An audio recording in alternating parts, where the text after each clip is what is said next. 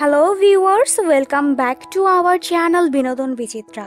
আজ আমাদের ভিডিওটিতে কথা বলবো সালমান এবং ক্যাটরিনার লাভ স্টোরি সম্পর্কে। ক্যাটরিনার জন্য সালমান আজও রয়ে গেছেন অবিবাহিত, আর এই বিষয়টি নিয়ে তিনি ক্যাটরিনাকে পিঞ্চ করে সবসময় কথা বলেন। রণবীরের সাথে ব্রেকআপের পর ক্যাটরিনা একদম একা হয়ে গিয়েছিলেন তার লাইফে, কিন্তু সালমান তাকে একদমই একা ছেড়ে দেননি।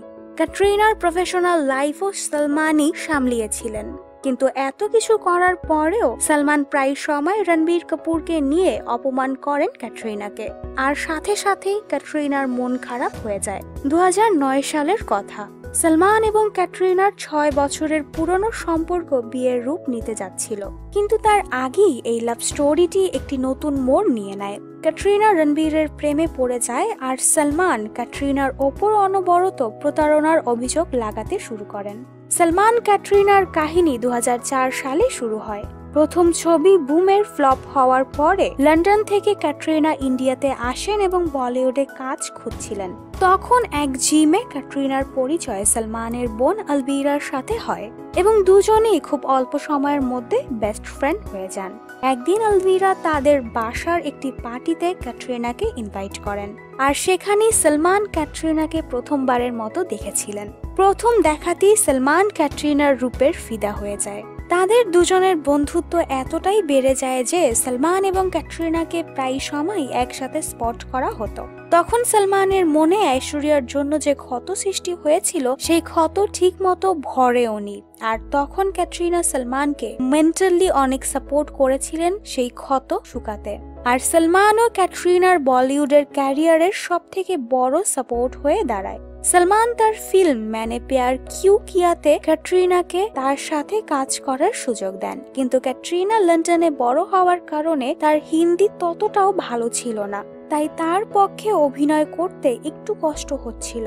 অন্যদিকে এই ফিল্মের ডিরেক্টর ডেভিড ধাওয়ানো ধৈর্য হারিয়ে ফেলছিলেন, কিন্তু সালমানই ক্যাটরিনাকে শুটিং সেটে প্রতিটি স্টেপে অনেক সাহায্য করেছিলেন। শুধুমাত্র সালমানের সাপোর্ট আর ক্যাটরিনার সুপারস্টার হওয়ার মনোবলই ক্যাটরিনাকে সাকসেস এনে দিয়েছে।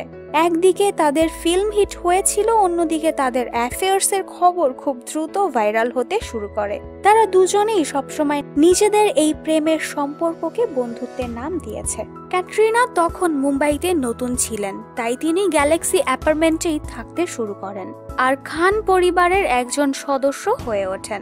সালমানের পরিবারের কারোর জন্মদিন হোক, গণপতি পূজা হোক বা ঈদের উৎসব, কোনো অনুষ্ঠানই ক্যাটরিনাকে ছাড়া সম্পূর্ণ হতো না। সালমান ক্যাটরিনার ওপর এতটাই ফিদা ছিলেন যে ক্যাটরিনার ক্যারিয়ার তৈরি করতে তিনি নিজের 100% দিয়ে দিয়েছিলেন। ওই সালেই ক্যাটরিনা সালমানের অন্য একটি ফিল্ম পার্টনারে কাজ করেন। 2007 সালে যখনই সালমানকে হরিণ শিকারের কেসে 2 দিনের জন্য যোধপুর জেলে পাঠানো হয়, তখন ক্যাটরিনাকেও সালমানের পরিবারের সাথে সেখানে দেখা যায়। ওই সময় ক্যাটরিনার চেহারায় সালমানের জন্য চিন্তা পরিষ্কার বোঝা যাচ্ছিল। এমনটাই বলা হচ্ছিল যে সঙ্গীতা বিজলানি, সোমিয়ালি এবং ঐশ্বরিয়া রায় বচ্চনের সাথে ব্রেকআপ হওয়ার পর ক্যাটরিনাই সেই মেয়ে যার সাথে সালমান তার বাকি জীবনটি কাটাবেন। তো ভিউয়ার্স, এই ছিল ক্যাটরিনা এবং সালমানের লাভ স্টোরির শুরুর জার্নিটি। আপনার কাছে ক্যাটরিনা এবং সালমানের জুটিটি কেমন লাগে, এবং আপনিও কি সালমান এবং ক্যাটরিনাকে রিয়েল লাইফে একসাথে দেখতে চান? অবশ্যই আপনার মূল্যবান মতামতটি আমাদের কমেন্ট সেকশনে কমেন্ট করে জানাতে ভুলবেন না। ভিডিওটি ভালো লেগে থাকলে অবশ্যই লাইক এবং শেয়ার করুন। তার সাথে সাথে আপনি যদি আমাদের চ্যানেলে নতুন হয়ে থাকেন অবশ্যই সাবস্ক্রাইব করতে ভুলবেন না। ধন্যবাদ।